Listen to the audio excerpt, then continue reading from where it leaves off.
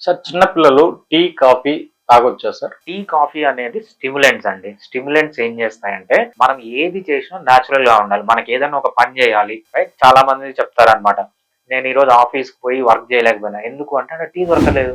లేకపోతే నేను ఈరోజు ఒక యాంకరింగ్ చేస్తున్నా, యాంకరింగ్ చేయలేకపోతున్నాను సార్ అని చాలా మంది యాంకర్లు చెప్తారు. ఎందుకు అంటే టీ దొరకలేదని. సో వాళ్ళు ఏంటంటే వాళ్ళ జీవితాన్ని తీసుకుపోయి టీలో, కాఫీలో పెట్టినారు. అంటే ఏంటంటే వీళ్ళ ఏదైతే సొంతంగా పనిచేసేది ఉందో అది ఇంకోటి చేతిలో పెట్టారనమాట. దాన్ని ఏమంటామంటే స్టిమ్యులెంట్స్ అంటాం. ఇవన్నీ ఆల్కహాల్ కానీ, టీ కానీ, మర్వానా కానీ, లేకపోతే రీల్స్ చూడడం కానీ, ఫాన్ వీడియోస్ చూడడం కానీ, ఇవన్నీ స్టిమ్యులెంట్స్ అంటాం అనమాట. ఈ స్టిమ్యులెంట్స్ కి చిన్న పిల్లలే కాదు, పెద్దవాళ్ళు కూడా ఎంత దూరంగా ఉంటాయంట మంచిది.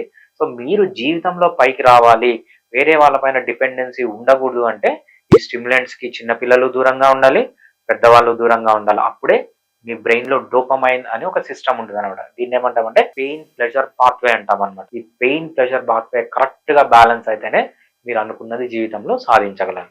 సో ఎటువంటి వాళ్ళైనా, చిన్న పిల్లలైనా, పెద్దవాళ్ళైనా ఏ స్టిమ్యులెంట్స్ కన్నా దూరంగా ఉండడం అనేది చాలా మంచిది.